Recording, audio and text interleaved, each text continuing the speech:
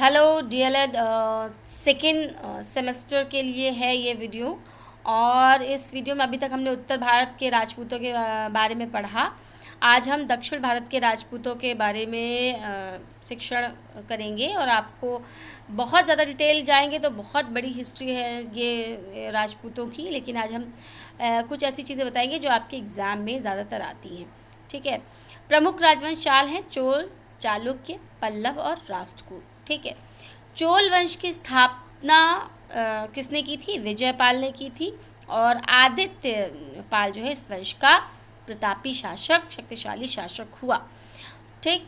इसके बाद इसमें जो राजा इसमें जो है राजराज प्रथम, कुलोत्तुंग तृतीय, ये सब तीनों इस वंश के प्रतापी राजा थे। ये राजपूतों में, दक्षिण के राजपूतों में जो मुख्य है वो साहित्य, संस्कृति और कला है। ठीक है। तो हम बहुत ज़्यादा इसके राजाओं पर नहीं जा रहे हैं, इनको शॉर्ट में ही पढ़ा रहे हैं। पल्लव वंश का संस्थापक सिंह विष्णु था। महेंद्र वर्मन इस वंश का बहुत अधिक प्रतापी शासक रहा। और अन्य शासकों में नरसिंह वर्मन, परमेश्वर, अपराजित इत्यादि हैं। चालुक्य वंशों की बात करें, इसकी बहुत शाखाएं थी। इसमें 2 शाखाएं हो गई थी। ठीक है। गुजरात के चालुक्य और इसमें बादामी के चालुक्य भी हैं। तो इसमें गुजरात के चालुक्य वंश की स्थापना मूलराज प्रथम ने की थी। और भीम जो से प्रथम था वो इस वंश का प्रतापी शासक था।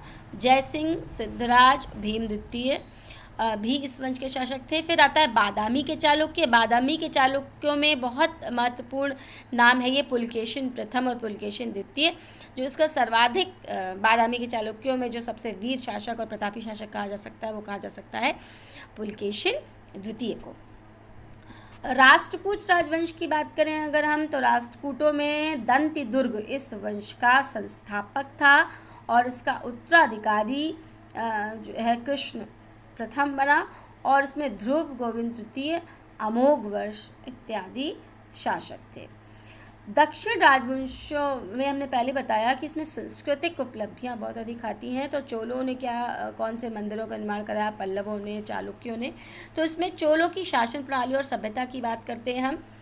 इसमें संस्कृति और सभ्यता में भी अगर हम बात करें तो इसमें राजा, युवराज और विभिन्न शासन प्रणाली में हम चल रहे हैं। विभिन्न पदाधिकारी होते थे। राजा क्या करता था? जो राजा होता था वो, जैसे ही हमने पहले बताया कि सभी अन्य शासनों की तरह राजा, सभी राजतंत्र शासन प्रणाली में क्या होगा? राजा ही प्रथम होगा। तो क्योंकि ये भी एक राजतंत्र शासन प्रणाली थी, राजपूत भी राजा ही हुआ करते थे, तो राजा में ही संपूर्ण शक्ति निहित होती थी। चाहे और जितने भी बड़े पदाधिकारी होते थे सबकी नियुक्ति राजा की और उसके मंत्री राजा की अनुमति के बिना नहीं की जा सकती थी। मुख्य सेनापति, मुख्य न्यायाधीश ज़्यादातर राजा ही हुआ करते थे। युवराज कौन होता था? चोल वंश में राजा अपने सबसे बड़े पुत्र को, जो कि योग्य होता था, बड़ा योग्य पुत्र, उसको युवराज घोषित करता था और प्रशासकीय कार्यों में उसको दक्ष करवाता था। तो वो जो है आगे के लिए उत्तराधिकारी प्रारंभ से ही तय हो जाता था। इसके अलावा इसमें बहुत ऐसे पदाधिकारी होते थे जिनकी सहायता से संपूर्ण शासन व्यवस्था जो है वो ये चलाते थे। अब साम्राज्य का जो विस्तार है वो चोलों में कैसा था? शासन को चलाने के लिए जो राज्य था, जो पूरा साम्राज्य था, उसको मंडलों में विभाजित किया गया था। ठीक है। मंडलों में विभाजन का मतलब कि राज्यों को मंडल कहा जाता था। ठीक है। और मंडलों को कोटों में यानी कि जनपदों में, ठीक, तो राज्यों को फिर जनपदों में बांटा गया, यानी कि जनपद का मतलब मंडल। मंडलों को कोट्टम में, कोट्टम, और कोट्टमों को नाडु में विभक्त किया गया था, बांटा गया था। यानी कि सबसे बड़ा साम्राज्य, साम्राज्य में फिर मंडल, मंडल के बाद कोट्टम, कोट्टम के बाद नाडु। ठीक है। और नाडुओं में अनेक कुर्रम होते थे। इसीलिए ये दक्षिण की हम सभ्यता आपको बाद में पढ़ा रहे थे, क्योंकि दक्षिण की सभ्यता थोड़ी टफ है। इसमें जो शब्द हैं वो थोड़े डिफ़िकल्ट हैं, तो इसीलिए हम इसको बहुत समराइज वे में पढ़ा रहे हैं। क्योंकि अगर डिटेल में पढ़ा दिया तो आप बहुत सारे लोग परेशान हो जाएंगे कि इसमें क्या रहा है। जो आपके एग्ज़ाम में आया है और आता रहता है, बस आप उसी के बारे में पढ़ाइए।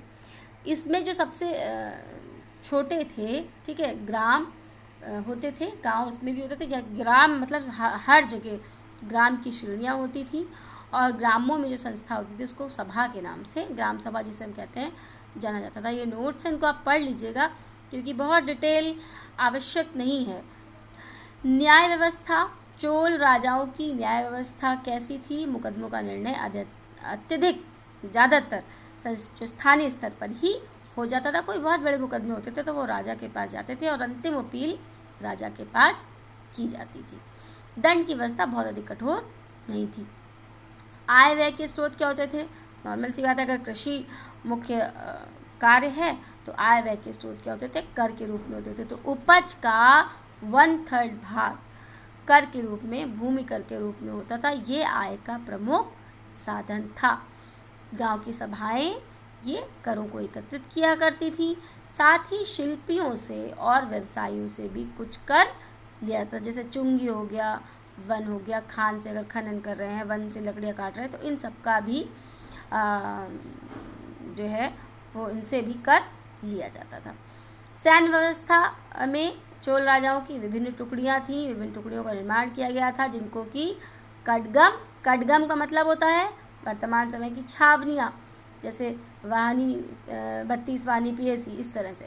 तो कड़गमों में बड़ी सेना थी उसको कड़गम में परिवर्तित कर दिया गया था, छावनियों में बांट दिया गया था। सैनिकों के प्रशिक्षण की उचित व्यवस्था थी और स्त्रियों का भी प्रॉपर सम्मान था। लेकिन सती प्रथा, देवदासी प्रथा जैसी जो कलाएं थीं, कह सकते हैं कि कुप्रथाएं थीं, ठीक है, इनको, और दास प्रथा, इनका भी प्रचलन था। सैन्य व्यवस्था में महादंडनायक होता था वो सेनापति, यानी कैसे, वैसे तो राजा सेनापति, लेकिन मार्गदर्शन करने का जो कार्य वो कौन करता था? महादंडनायक। सेनापति को महादंडनायक भी कहा जाता था। धार्मिक दशा कैसी थी? धर्म सहिष्णुता नीति का अन्य राजाओं की तरह पालन करते थे, लेकिन ये शैव मतावलंबी थे। चोल ज़्यादातर शैव मत, शिव के उपासक थे। इस काल में तमिल साहित्य का अधिक विकास हुआ। साउथ की हिस्ट्री है तो भाषा भी, तो तमिल साहित्य का बहुत अधिक विकास हुआ है। और आजकल अगर आपने जो रामायण चल रही थी देखा होगा तो उसमें आता है टाइटल में कम्बन की रामायण, तो कम्बन ने रामावतरम लिखी थी। ये रामायण का ही तमिल रूप है, यानी कि कम्बन कैसे हैं? तमिल के लेखक हैं, तमिल भाषा के लेखक हैं। तो इसमें तमिल भाषा में रामावतरम जो तमिल साहित्य है उसका भी जो श्रेय है वो चोल वंश में ही जाता है, कि चोल वंश में ही उसकी रचना हुई थी। कला में भी विशेष उन्नति हुई, अनेक नगरों मंदिरों का निर्माण हुआ। धातु और पत्थर की बड़ी मूर्तियां भी इस काल की देखने योग्य हैं, ठीक है। चोल वंश में शासकों की महानता उनकी श्रेष्ठ शासन व्यवस्था पर नहीं आंकी गई, बल्कि उनकी महान कलाकृतियों पर आधारित थी। पल्लवों की बात करें तो पल्लव युग में भी जो राजा था वो सर्वोच्च न्यायाधीश, सर्वोच्च सेनापति, सर्वोच्च उत्तराधिकारी, मतलब हम कह सकते हैं कि इस काल में जो शासक था, राजा था, और पूरी तरह से राजतंत्रात्मक शासन प्रणाली थी। तो यहाँ पर जो चोल शासक थे वो पूरी तरह से जो है वो कला ऊपर और सेना पूरी तरह से निर्धारित, वो कहते हैं कि उसी पर उनकी सैन्य व्यवस्था निर्भर होती थी। जैसा राजा होता था उसकी सैनिक क्षमता, उसकी सैन्य व्यवस्था भी उसी प्रकार की होती थी। इनका स्थानीय शासन कैसा था? इसमें भी संपूर्ण, जो पल्लवों ने भी संपूर्ण साम्राज्यों को मंडप या मंडलों में, मंडल यानी कि प्रांतों में विभक्त कर दिया था। प्रांतों के शासक को कौन होते थे? आभिजातीय कुल के लोग होते थे, यानी कि बड़े वर्ग के लोग होते थे।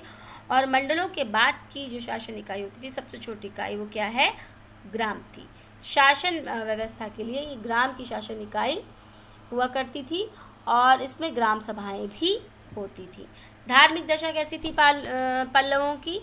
इसमें हिंदू धर्म की उन्नति बहुत अधिक हुई थी। मूर्ति पूजा का प्रचलन, कर्म कांडों का प्रचलन जो है वो इतना नहीं था, लेकिन फिर भी शैव धर्म का जो है वो प्रचलन था।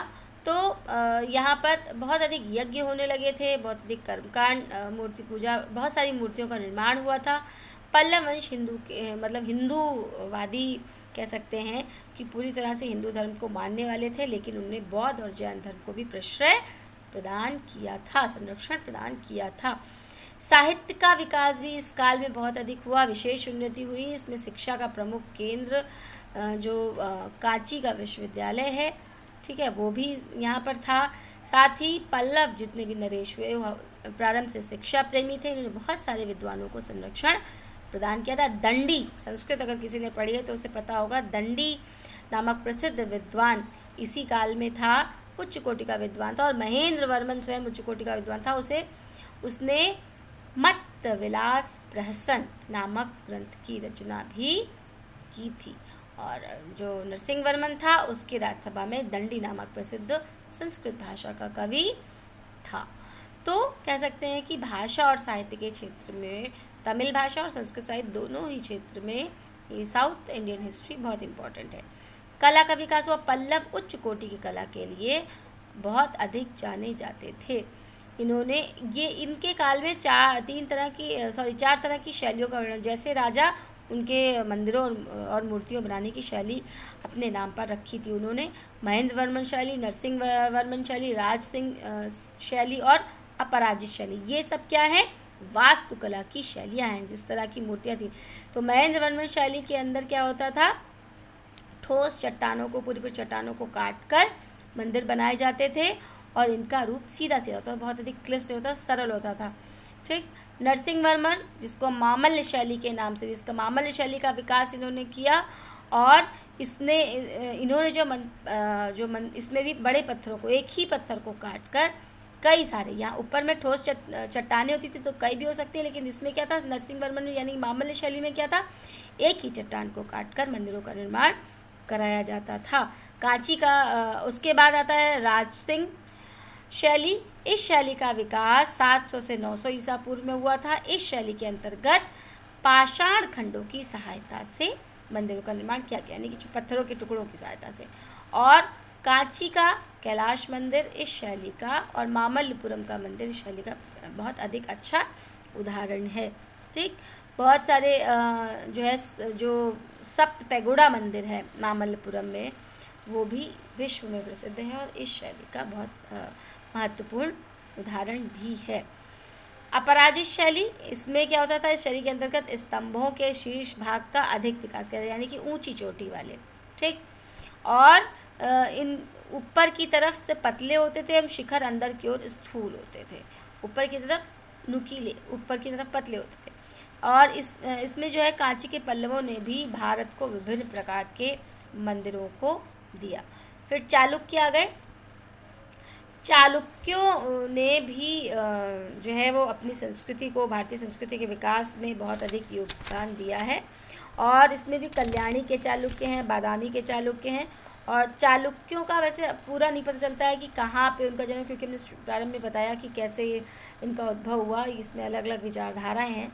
लेकिन इनकी राजनीतिक शासन व्यवस्था जो है उसमें भी राजा ही प्रमुख होता था। ठीक। सामाजिक दशा, आर्थिक दशा, धार्मिक दशा और साहित्य। अगर आपसे पूछा जाता है कि साहित्य एवं कला के विकास के बारे में बताइए, तो आप कला और साहित्य के बारे में लिखेंगे। जैसे कि बादामी के चालुक्यों ने स्थापत्य कला को बहुत अधिक, वास्तुकला को बहुत अधिक योगदान दिया। और द्रविड़ शैलियों का ज़्यादातर प्रयोग होता था इन मंदिरों में। आर्य और द्रविड़ शैलियों का अजंता अलोरा की गुफाएं किसने बनवाई, चालुक्यों के समय की, चालुक्यों की ही देन है। चालुक्य शासन में ही अजंता अलोरा की गुफाएं बनी थी। फिर राष्ट्रकूटों की आता है। राष्ट्रकूटों के समय में भी ये परमभट्टारक, महाराज अधिराज इत्यादि उपाधियां धारण की जाती थी। बहुत सारे राजपूत भी इनके काल में आते थे। प्रांतीय शासन में इनका प्रांतीय शासन, ये लोग प्रांत को, साम्राज्य को क्या कहते थे, राष्ट्र कहते थे। संपूर्ण साम्राज्य राष्ट्रों या विषयों में, इसके पहले भी जब उन्होंने पढ़ा था तो विषय थे, तो इनका साम्राज्य भी राष्ट्रों में या विषयों में विभाजित था। और राष्ट्र का प्रमुख राष्ट्रपति कहलाता था। अब ये राष्ट्रपति आज के समय का नहीं है, ठीक है, राज्य का जो होता है राष्ट्रपति था, विषय का विषयपति। राष्ट्रपति तथा विषयपति का मुख्य कार्य अपने अधिकार क्षेत्र में शांति को स्थापित करना होता था। और ग्राम सबसे छोटी इकाई था। सेना, जो राष्ट्रकूट थे वो प्रारंभ से बहुत अधिक महत्वाकांक्षी थे और उन्होंने अधिकांश भाग पर आधिपत्य कर लिया था। रसद विभाग इत्यादि इनका बहुत अधिक मजबूत होता था। इनकी राजस्व के स्रोत क्या थे? कर, भूमिकर तो था ही था, आयकर, भूमिकर। उसके अलावा ये मंदिरों और ब्राह्मणों तथा मंदिरों को दी गई भूमि पर भी कर लगाया जाता था। इससे पहले कर नहीं लगता था, ब्राह्मणों को दान दी गई भूमि पर कर नहीं लगता था, लेकिन फिर ये अपेक्षाकृत कम होता था। दुर्भिक्ष के समय कर ना देने की वजह से, अगर कहीं अकाल वगैरह पड़ जाता है तो कर माफ़ कर दिया जाता था। ठीक है, चुंगी कर वगैरह भी लिया जाता था। धर्म, शिव पूजा और विष्णु पूजक दोनों ही थे। ठीक है, विष्णु के वाहन गरुड़ और योग मुद्रा में बैठे हुए शिव का जो चित्र है वो इस काल की मुद्राओं पर मिलता है, मोहरों पर मिलता है। ब्राह्मणों की परंपरा यहाँ पर विद्यमान थी। दंती दुर्ग ने उज्जैन में हिरण्यगर्भ यज्ञ का आयोजन किया था, इसके बारे में भी जानकारी मिलती है। ठीक, और बौद्ध धर्म और जैन धर्म दोनों ही थे इस समय। एलोरा तथा एलिफेंटा में चट्टान काटकर बनाए गए मंदिर की अनुपम कृति राष्ट्रकूटों के समय की है। जो इसमें भी जो उसमें भी कुछ ऐसी, जो कैलाश का, एलोरा का जो कैलाश मंदिर है वो अत्यधिक विस्तृत है। जो कैलाश मंदिर है वो राष्ट्रकूटों के समय का बनाया हुआ है। और एलिफेंटा में भी, जो एलिफेंटा में 2 गुफाएं मंदिर, पर्वतों को काटकर गुफाएं मंदिर बनाए गए हैं, वो भी राष्ट्रकूट वंश की देन है। और छोटा कैलाश, इंद्र सभा, जगन्नाथ सभा मंदिर, ये सभी राष्ट्रकूटों के समय का बहुत अधिक इसमें विकास हुआ और बहुत सारे मंदिरों का निर्माण। तो हम कह सकते हैं कि दक्षिण जो वंशी राजपूत हैं उसमें प्रमुख रूप से जो जिस उन्नति को हम कह सकते हैं कि जो मेन उन्नति हुई, वो उन्नति स्थापत्य कला और वास्तुकला के क्षेत्र में हुई। क्यों हुई? क्योंकि बहुत सारे मंदिरों का निर्माण, मूर्तियों का निर्माण, ठीक है, इसी काल में हुआ। चोलों में अगर हम कहें तो राज प्रथम का तंजौर का मंदिर है, तंजौर में राजेश्वर मंदिर, वो राज बनवाया था। ठीक है, उसके बाद राजेंद्र प्रथम ने गंगईकोंड चोलपुरम मंदिर का एरातेश्वर मंदिर का निर्माण भी कराया था। नटराज की जितनी भी कांस्य प्रतिमाएं मिलती हैं भारतीय कला में, ये सब दक्षिण भारतीय राजाओं की ही देन माना जाता है। चाहे वो ब्रह्मा की मूर्ति हो, विष्णु, राम, सीता, कृष्ण, जो मूर्तियाँ उपलब्ध हैं, ये सब चोल चित्रकारी का बहुत महत्वपूर्ण नमूना है। बहुत सारे ऐसे शिव की योगासन की मूर्ति जो हमने बताया, और नंदी बैठे हुए हैं कैलाश मंदिर में, जो कैलाश का दृश्य है, तो ये योगासन में शिव हैं। तो ये सारी चीज़ें भी चोल कला को माना जाता है कि चोल वंश ने कला के क्षेत्र में बहुत अधिक कार्य किया, चाहे वो पल्लव हो चाहे चोल, लेकिन मेन चोल कलाओं की संस्कृति का वर्णन ज़्यादा मिलता है। तो चोल शासन, राजपूत शासन, जो राजपूत शासन में राष्ट्रकूटों का जो कार्य है, राष्ट्रकूटों की जो धार्मिक, आर्थिक और साहित्य और कला की अगर आपके लिए आता है तो यह है। इसके बाद हम थोड़ा सा और इसके बारे में कला के विषय में अगर आप चाहेंगे तो हम बताएंगे। वैसे हमने लगभग मेन चीज़ें आपको बता दी हैं कि किस वंश ने किस किस तरह के मंदिरों का निर्माण करा। एलिफेंटा की गुफाएं वगैरह राष्ट्रकूटों की हैं, कैलाश जो मंदिर है वो भी। तो इसमें कुछ पॉइंट्स हैं, अगर आपको कुछ डाउट लगे तो आप पूछ लीजिएगा मुझसे। वैसे लगभग सारा मैंने बता दिया है। ठीक है, तो ये आपका दक्षिण के राजवंश समाप्त होता है।